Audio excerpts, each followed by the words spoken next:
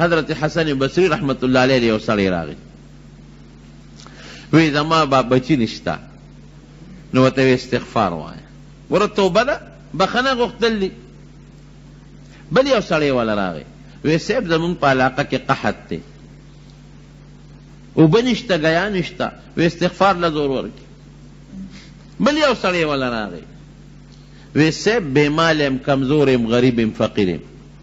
بے وس یم قرضدار یم وی استغفار وایه. یو بل سړی ولا راغی وی صاحب څوک مې عزت نه کوي هر سړی مې رټي وی استغفار وایه. یو شاګرد ورته وی استاد جی بل دم سجده دي کدا یو ټکی دی یاد کړی خو چې څوک کومه مسله راوړي ته ورته استغفار وایه. حسن بصری رحمت الله علیه ورته وی الله په قرآن کې د دې استغفار د دې بخنې غوښتې او د توبې اوه وعدې کړي دي اوه وعدې. فقلت استغفروا ربکم انه کان غفارا. الله نه بخنه وغواړئ توبه و توبه سے معافی تی وغواړئ او بم بخی انه کان غفارا ګوره ګناه به دې وبخي. دا یو وعده شو دا یو شو. انه کان غفارا یرسل السماء علیکم مدرارا. که قحطی باران نکیگی نو په شیبو شیبو باران به در باندې راووري قحط به ختم کی. دو شو ویمددکم باموال که غریبی مال د سره نشتا قرضداری بے کسے مال بدل درکی و بنین بچی دی نشتا زامن دی نشتا زامن بدل درکی سلوش و اجعل لکم جنات یرا مال میں دیر باغون و زمکی میں پکار دی اب ہم دل درکی و اجعل لکم انہارا سیب ددین ہم زیادہ زمکی پکار دی کہ نہرون پکی چلے گی داب ہم دل درکی. ما لکم لا ترجون للہ وقارا عزت سوک نہ کئی په دنیا کې د بیزته جون دے استغفار وایا الله بدل عزت هم درکی.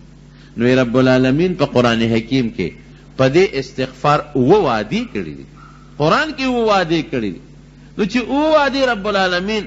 په قرآن حکیم کې په استغفار کوي نو د دې ولې خلکو ته بیا د استغفارونه خیم. نو د مارونو په بخنه بیت الله شریف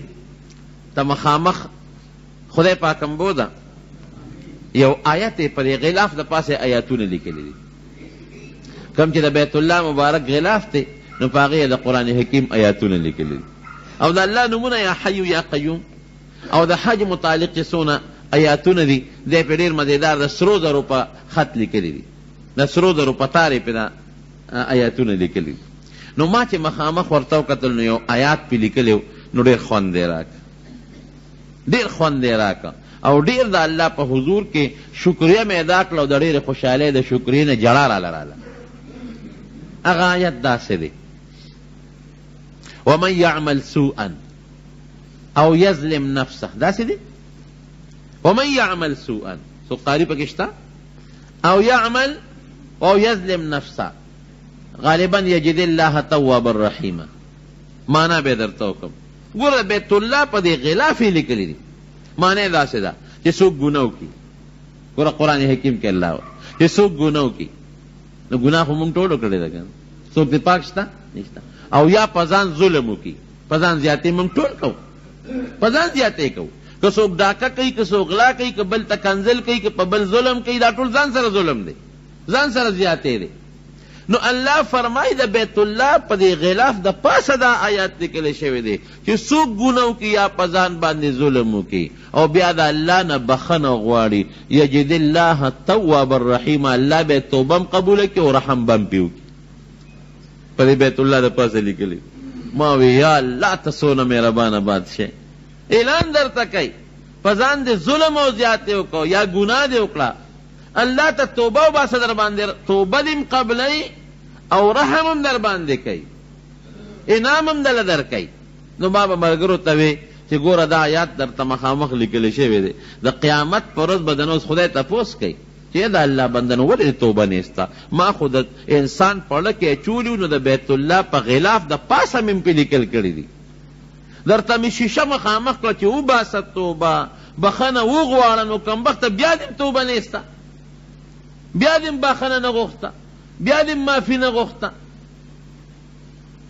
زما رونو الله په خپل اعلان کوي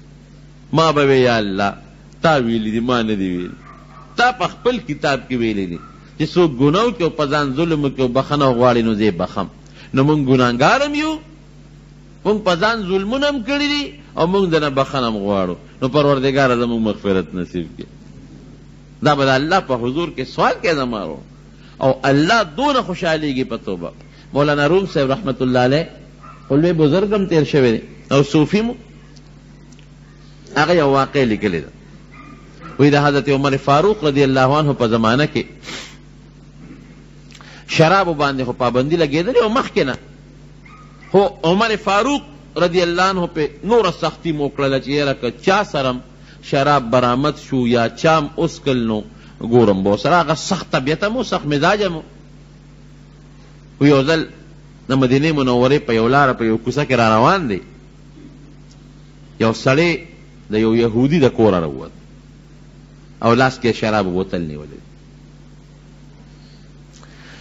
چې څنګه هغه راووت او د شراب بوتل ورسره دی د هغه څه خیال دی چې ما به څوک وویني چې وی کتل حضرت عمر فاروق رضی الله عنه په نظر ورغله بس بادشاہ په خپل امیر المؤمنین ولید بوتل یې زر راواغېسته صادر کې ونغښته او ترخ کې ومنډه او په دې زړه کې وی چې الله اوس راته معافي وکړې نو زما د توبې که بیا مې شرابو له ګوتې مې یوړی ځکه به یو انسان ګواه راشي نو دا خو په ما باندې امیر المؤمنین په خپله ګواه دی زه په خپله ولیدم بل چا خو نیم نه دی هغه په خپله ولیدم هغه دی را روان دی او عمر فاروق رضی الله عنه چې دی ولید چې شراب بوتل ورته پسې راتېر شو ودرېږه لکه څه کوې دی ورسره پېږي دغس لاسونه یې لچې څه دي در سره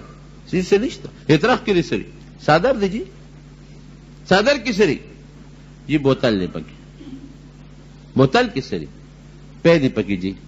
اوس ګوره دروغ وایي چې ځان به په دې بچ کړم او جالي اوس غریب پی دی پکې نو پی خلک لاس کې نیسي که پی خلک په صادر کې بندوي وی جی ګرم دی که نه ګرم دی نو ماتې صادر ته وکړی یو خایا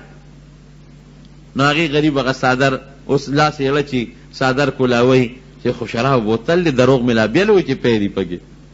چې صادر یې سینګ کولاو کو او بوتل ته یې ګوته کړې ډس شو چې بوتل ته لاندې پرېوت چې پرېوت بوتل صاحبه پی ته وبېدل پی ته وبېدل او داسې پی ته وبتل چې هسې لوخړې ووالې داسې ګرم چې خوټ کېدلې پی لوخړې کوي سړی هم حیران شو چې دا خو ما شراب واغشتل یخ پخ شرابو او دا خو واقعي په دې بوتل کې اوس پی دی لوخړې کوي او عمر فاروق رضی الله عنه هم حیران دی چې ما خو د په لاس کې پی شراب ولیدل یخ پخ دا څه شی دی کله کې د مټونه وی وایه وروره ما خو ستا لاس کې دا پی نه ولیدی هغه شرابو یخ پخ و لاس کې دی نیولی او دا خو واقعي پی دی او ګرم دی دا ولې سړی ورته وی صاحب معافي به چې رښتیا لویم وی بلکل معافي خو رښتیا لوایم وی دا ما دقه یهودي کره شراب واغېسته یخ پخ شراب خو چې کله ته مې ولیدې که نه نو د الله په حضور کې مې توبه وویسته چې الله زما دې توبه امیر المؤمنین عمر فاروق رضی الله عنه په خپله ولیدم زما دې توبه بیا به شرابو له ګوتې یو نسم شراب سکل خو ډېره لویه خبره ده او دروغ مې درته وي چې پی دی او ګرم دی ځکه مې صادر دې تو کړی نو دا زما د هغه توبې برکت و چې رب العالمین زما حیا وساتله حضرت عمر فاروق رضی الله عنه ورته وایي چې بېشک ستا د توبې د برکت نه خو الله ستا د شراب په دې پیو بدل کړل ستا حیا الله وساتله نو وی دا سره تعجب خبره نه ده ځکه پیم یو سیال بیدون کې شی دی او شراب هم اوبه دي سیال بیدون کې شی دی نو که یو په بل بدل شي الله کولی شي خو ډېر تعجب په دې دی چې دا پی ستا په دې ترخ کې بیا ګرم چاک لري چې دا لوخړې ته خېږي دا د توبې برکت او الله په انسان حیا راولي توبه انسان د زړه د اخلاص نه الله ته وباسي زما وروڼو په دنیا کې هم در باندې الله حیا راولي او په آخرت کې هم الله حیا راولي اوږد حدیث د نبی علیه السلام مبارک په بخاري شریف کې دی چې د قیامت په لویه ورځ باندې یو انسان به الله ځان ته رانږدې کړي او حدیث پاک کې راځي